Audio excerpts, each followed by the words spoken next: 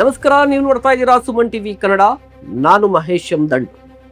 ವೀಕ್ಷಕರೇ, ನರೇಂದ್ರ ಮೋದಿ ಅವರ 3.0 ಸರ್ಕಾರದಲ್ಲಿ ಮೇಜರ್ ಬದಲಾವಣೆಗಳಾಗಲಿವೆ.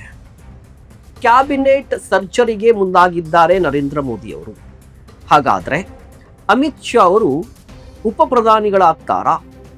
ನಿರ್ಮಲಾ ಸೀತಾರಾಮನ್ ಅವರಿಗೆ ಗೇಟ್ ಪಾಸ್ ಕೊಡಲಾಗುತ್ತಾ? ಯಾರು ಇನ್ ಯಾರು ಔಟ್ ಆಗ್ತಾರೆ ಮಾತನಾಡ್ತಾ ಹೋಗೋಣ. ಅದಕ್ಕೂ ಮುನ್ನ ನೀವಿನ್ನು ನಮ್ಮ ಚಾನಲ್ ಅನ್ನ ಸಬ್ಸ್ಕ್ರೈಬ್ ಮಾಡಿಲ್ಲ ಅಂದ್ರೆ ದಯವಿಟ್ಟು ಈ ಕೂಡಲೇ ಸಬ್ಸ್ಕ್ರೈಬ್ ಆಗಿ. ವೀಕ್ಷಕರೇ, 2019 ಚುನಾವಣೆಯ ನಂತರ ನರೇಂದ್ರ ಮೋದಿ ಅವರು ಕೋವಿಡ್ ನ ಸಂದರ್ಭದಲ್ಲೂ ಕೂಡ ಸಂಪುಟಕ್ಕೆ ಒಂದಿಷ್ಟು ಸರ್ಜರಿಗಳನ್ನ ಮಾಡಿದ್ರು.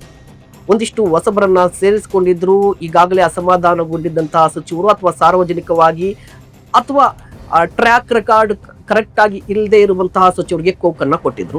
ಈಗ ಅದೇ ಸಂಪ್ರದಾಯವನ್ನು ನರೇಂದ್ರ ಮೋದಿ ಅವರು ಕಂಟಿನ್ಯೂ ಮಾಡ್ತಾ ಇದ್ದಾರೆ. 2024 ಲೋಕಸಭಾ ಚುನಾವಣೆಯಲ್ಲಿ ಗೆದ್ದ ನಂತರ ಈಗ 2026, ಸೊ 2 ವರ್ಷ ಆಗಿದೆ. ಈಗ ಕ್ಯಾಬಿನೆಟ್ ನಲ್ಲಿ ಒಂದಿಷ್ಟು ಬದಲಾವಣೆಗೆ ನರೇಂದ್ರ ಮೋದಿ ಅವರು ಮುಂದಾಗ್ತಾ ಇದ್ದಾರೆ. ಯಾರು ಇನ್ ಯಾರು ಔಟ್, ಯಾರಿಗೆ ಸಚಿವ ಸ್ಥಾನ ಸಿಗುತ್ತೆ, ಯಾರು ಸಚಿವ ಸ್ಥಾನವನ್ನ ಕಳೆದುಕೊಳ್ತಾರೆ ಅನ್ನೋದು ಸದ್ಯದ ಕುತೂಹಲ.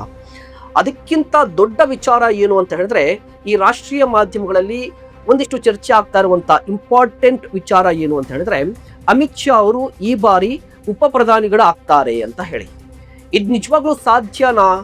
ಈ ಹಿಂದೆ ಯಾರಾದ್ರೂ ಈ ರೀತಿ ಆಗಿದ್ರ ಅಂತ ಹೇಳಿದ್ರೆ, 2004 ದೇಶದಲ್ಲಿ NDA ಸರ್ಕಾರ ಅಧಿಕಾರದಲ್ಲಿ ಇರುತ್ತೆ.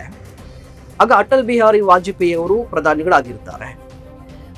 2004 ಲೋಕಸಭಾ ಚುನಾವಣೆ ಇರುತ್ತೆ. ಅದಕ್ಕಿಂತ ಹಿಂದೆ 2002 ಆಗ LK ಅಡ್ವಾಣಿ ಅವರನ್ನ ಉಪ ಪ್ರಧಾನಿಗಳನ್ನಾಗಿ ಮಾಡಲಾಗುತ್ತೆ. ಪ್ರಧಾನಿಯಾಗಿ ಅಟಲ್ ಬಿಹಾರಿ ವಾಜಪೇಯಿ ಅವರು ಇರ್ತಾರೆ. ಆದರೂ ಕೂಡ ಚುನಾವಣೆಗೂ ಮೊದಲು, ಅಂದ್ರೆ 2004 ಚುನಾವಣೆಗೂ ಮೊದಲು 2002 LK ಅಡ್ವಾಣಿ ಅವರನ್ನ ಉಪ ಪ್ರಧಾನಿಯಾಗಿ ಘೋಷಣೆ ಮಾಡಲಾಗುತ್ತೆ. ಸೊ ಅದೇ ರೀತಿಯಾಗಿ ಈಗಲೂ ಕೂಡ ನರೇಂದ್ರ ಮೋದಿ ಅವರು ಪ್ರಧಾನಿಯಾಗಿದ್ದಾರೆ. ಇಂತಹ ಸಂದರ್ಭದಲ್ಲಿ ಅಮಿತ್ ಶಾ ಅವರನ್ನ ಉಪ ಪ್ರಧಾನಿಯನ್ನಾಗಿ ಘೋಷಣೆ ಮಾಡಲಾಗುತ್ತೆ ಅಂತ ಹೇಳಿ ವರದಿಗಳು ಹೇಳ್ತಾ ಇದೆ. ಯಾಕೆ ಅಂತ ಹೇಳಿದ್ರೆ, ಈಗಾಗಲೇ ಗೊತ್ತಿದೆ, ಬಿಜೆಪಿ ಅಂತ ಹೇಳಿದ್ರೆ ಮೊದಲ ಸ್ಥಾನದಲ್ಲಿರುವಂತದ್ದು ನರೇಂದ್ರ ಮೋದಿ ಅವರು. ನರೇಂದ್ರ ಮೋದಿ ಅವರ ನಂತರ ಯಾರು ಆ ಸ್ಥಾನವನ್ನ ಅಥವಾ ಯಾರು ತುಂಬಾ ಸ್ಟ್ರಾಂಗ್ ಇದ್ದಾರೆ ಅಂತ ಹೇಳಿದ್ರೆ ಅಮಿತ್ ಶಾ ಅವರು. ಅಮಿತ್ ಶಾ ಅವರು ಪಕ್ಷದಲ್ಲೂ ಕೂಡ ತುಂಬಾ ಸ್ಟ್ರಾಂಗ್ ಆಗಿದ್ದಾರೆ. ಈ ಎಲೆಕ್ಷನ್ ಅಂತ ಬಂದಾಗ ಅಮಿತ್ ಶಾ ಅವರ ಹೆಸರು ತುಂಬಾ ಕೇಳಿ ಬರುತ್ತೆ. ಎಲೆಕ್ಷನ್ ನಲ್ಲಿ ತಂತ್ರಗಾರಿಕೆ ಮಾಡೋದು ಅಮಿತ್ ಶಾ ಅವರು. ಎಲೆಕ್ಷನ್ ಅನ್ನ ಗೆಲ್ಲಿಸ್ಕೊಡ್ಬೇಕು ಅಥವಾ ಎಲೆಕ್ಷನ್ಗಳನ್ನ ಯಾವ ರೀತಿ ಮಾಡಬೇಕು, ಯಾವ ರೀತಿ ಆಪರೇಷನ್ ಮಾಡಬೇಕು, ಯಾವ ರೀತಿ ಬೇರೆ ನಾಯಕರಿಗೆ ಗಾಳ ಹಾಕಬೇಕು, ಯಾವ ರೀತಿ ತಂತ್ರಗಾರಿಕೆ ಇರಬೇಕು, ಈ ಎಲ್ಲವನ್ನು ಕೂಡ ಎಲೆಕ್ಷನ್ ಇಂಜಿನ್ ನ ರೀತಿಯಲ್ಲಿ ಪಕ್ಷದ ಒಳಗೆ ಅಮಿತ್ ಶಾ ಅವರು ತುಂಬಾ ಆಕ್ಟಿವ್ ಆಗಿದ್ದಾರೆ. ಅದೇ ಸಂದರ್ಭದಲ್ಲಿ ಸರ್ಕಾರ ಅಂತ ಬಂದ್ರೆ, NDA ಸರ್ಕಾರ ಅಂತ ಬಂದ್ರೆ, ನರೇಂದ್ರ ಮೋದಿ ಅವರ ನಂತರ ತುಂಬಾ ಸ್ಟ್ರಾಂಗ್ ಯಾರು? ಅಮಿತ್ ಶಾ ಅವರು. ಪಕ್ಷವನ್ನ ಮತ್ತು ಸರ್ಕಾರವನ್ನ ಬಹಿರಂಗವಾಗಿ, ಅಂದ್ರೆ ಸದನದ ಒಳಗೂ ಕೂಡ ತುಂಬಾ ಸ್ಟ್ರಾಂಗ್ ಆಗಿ ಡಿಪೆಂಡ್ ಮಾಡ್ಕೋತಾರೆ, ಹೊರಗಡೆ ಕೂಡ ತುಂಬಾ ಸ್ಟ್ರಾಂಗ್ ಆಗಿ ಡಿಪೆಂಡ್ ಮಾಡ್ಕೋತಾರೆ. ಒಂದು ಮಾತಿದೆ, ನರೇಂದ್ರ ಮೋದಿ ಅವರು ಹೊರಗಡೆ ಸುದ್ದಿಗೋಷ್ಠಿ ನಡೆಸೋದಿಲ್ಲ ಅಂತ ಹೇಳಿ, ಬಟ್ ಅಮಿತ್ ಶಾ ಅವರು ಹೊರಗಡೆ ಸುದ್ದಿಗೋಷ್ಠಿ ನಡೆಸ್ತಾರೆ. ಸೊ ಪಕ್ಷ ಮತ್ತು ಸರ್ಕಾರ ಅಂತ ನೋಡೋದಾದ್ರೆ ಅಮಿತ್ ಶಾ ಅವರು ತುಂಬಾ ಸ್ಟ್ರಾಂಗ್ ಆಗಿ ಗುರುತಿಸ್ಕೊತಾ ಇದ್ದಾರೆ. ತುಂಬಾ ಸ್ಟ್ರಾಂಗ್ ಆಗಿ ಪಕ್ಷವನ್ನ ಮತ್ತೆ ಸರ್ಕಾರವನ್ನ ನಿಭಾಯಿಸ್ತಾ ಇದ್ದಾರೆ ಮತ್ತು ಎರಡೂ ಕಡೆ ಕೂಡ ತಮ್ಮ ಇಂಪ್ಯಾಕ್ಟ್ ಏನಂತ ತೋರಿಸ್ತಾ ಇದ್ದಾರೆ. ರಾಜತಾಂತ್ರಿಕವಾಗಿ ಕೂಡ ವರ್ಕೌಟ್ ಆಗ್ತಾ ಇದೆ. ಸೊ ಈ ಕಾರಣಕ್ಕಾಗಿ ಅಮಿತ್ ಶಾ ಅವರನ್ನ ಉಪ ಪ್ರಧಾನಿಯನ್ನಾಗಿ ಮಾಡಲಾಗುತ್ತೆ ಅನ್ನುವಂತ ವರದಿಗಳು ಬರ್ತಾ ಇರುವಂತದ್ದು. ಸೊ ನಿಜವಾಗ್ಲೂ ಕೂಡ ಆಗ್ತಾರಾ ಇಲ್ವಾ? ನಿಮ್ಮ ಅಭಿಪ್ರಾಯವನ್ನು ತಿಳಿಸಿ. ಇನ್ನ ಇದಾದ ಬಳಿಕ ಅತಿ ದೊಡ್ಡ ಬದಲಾವಣೆ ಏನಾಗಬಹುದು ಅಂತ ಹೇಳಿದ್ರೆ, ವಿತ್ತ ಸಚಿವೆ ನಿರ್ಮಲಾ ಸೀತಾರಾಮನ್ ಅವರಿಗೆ ಕೋಕ್ ಕೊಡಬಹುದು ಅಂತ, ಅವರಿಗೆ ಗೇಟ್ ಪಾಸ್ ಕೊಡಬಹುದು.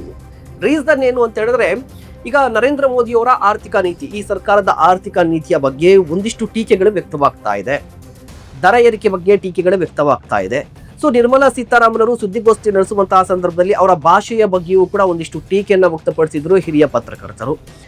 ಈರುಳ್ಳಿ ರೇಟ್ ಜಾಸ್ತಿ ಆಗ್ತಿದೆ ಅಂತ ಕೇಳಿದ್ರೆ ನಾನು ಈರುಳ್ಳಿ ತಿನ್ನೋದಿಲ್ಲ ಅನ್ನುವ ರೀತಿಯಲ್ಲಿ ರಿಯಾಕ್ಟ್ ಮಾಡ್ತಾರೆ. ಸೊ ನಿರ್ಮಲಾ ಸೀತಾರಾಮನ್ ಅವ್ರಿಗೂ ಕೂಡ ಕೋಕ್ ಕೊಟ್ಟು ಬೇರೆ ವ್ಯಕ್ತಿಯನ್ನ ಅಥವಾ ಈ ರಾಜಕೀಯ ಹಿನ್ನೆಲೆ ಇಲ್ಲದ ವ್ಯಕ್ತಿಯನ್ನ ಆ ಸ್ಥಾನದಲ್ಲಿ ಕೂರಿಸುವಂತಹ ಸಾಧ್ಯತೆ ಇದೆ. ಹಾಗಾದ್ರೆ ಯಾರಾಗಬಹುದು ಮುಂದಿನ ವಿತ್ತ ಸಚಿವರು? ಯಾರಾಗಬಹುದು ಅಂತ ಹೇಳಿದ್ರೆ, ಶಕ್ತಿಕಾಂತ್ ದಾಸ್ ಅವರ ಹೆಸರು ಕೇಳಿ ಬರ್ತಾ ಇದೆ. ಇವರು ಯಾರು ಅಂತ ಹೇಳಿದ್ರೆ RBI ನ ಅಧ್ಯಕ್ಷರಾಗಿದ್ರು. 6 ವರ್ಷಗಳ ಕಾಲ RBI ನ ಗವರ್ನರ್ ಆಗಿದ್ರು. ಅದಾದ ಬಳಿಕ ಕಳೆದ ವರ್ಷ ನರೇಂದ್ರ ಮೋದಿ ಅವರ ಕಾರ್ಯದರ್ಶಿ ಆಗಿಯೂ ಕೂಡ ಅವರನ್ನ ಆಯ್ಕೆ ಮಾಡಲಾಗಿದೆ. ಸುದೀರ್ಘವಾದ ಅನುಭವ ಅವರಿಗಿದೆ ಎಕನಾಮಿಕಲಿ. ಅಂದ್ರೆ ಈ ಹಿಂದೆ ನರಸಿಂಹರಾವ್ ಅವರು ಯಾವ ರೀತಿಯಾಗಿ ಮನಮೋಹನ್ ಸಿಂಗ್ ಅವರನ್ನ ವಿತ್ತ ಸಚಿವರನ್ನಾಗಿ ಮಾಡಿದ್ರಲ್ವಾ, RBI ಗವರ್ನರ್ನ, ಅದೇ ರೀತಿಯಾಗಿ ಈಗಲೂ ಕೂಡ ಆ ಎಕ್ಸ್ಪೆರಿಮೆಂಟ್ ಮಾಡೋದಕ್ಕೆ ನರೇಂದ್ರ ಮೋದಿ ಅವರು ಮುಂದಾಗಿದ್ದಾರೆ ಅಂತ ಹೇಳಲಾಗ್ತಾ ಇದೆ. ಈ 2 ಮೇಜರ್ ಬದಲಾವಣೆಗಳು ಆಗಬಹುದು ಅಂತ ಹೇಳ್ತಾ ಇದ್ದಾರೆ. ಸೊ ನಿಮ್ಗೇನ್ ಅನ್ಸುತ್ತೆ? ಅಮಿತ್ ಶಾ ಅವರು ಉಪ ಪ್ರಧಾನಿಗಳಾಗ್ತಾರಾ? ನಿರ್ಮಲಾ ಸೀತಾರಾಮನ್ ಅವರಿಗೆ ಗೇಟ್ ಪಾಸ್ ಅನ್ನ ಕೊಡ್ತಾರಾ? ದಯವಿಟ್ಟು ಕಮೆಂಟ್ ಮಾಡಿ. ಇಂತಹ ಮತ್ತಷ್ಟು ಕಂಟೆಂಟ್ಗಾಗಿ ನೋಡ್ತಾ ಇರಿ ಸುಮನ್ ಟಿವಿ ಕನ್ನಡ. ನಮಸ್ಕಾರ.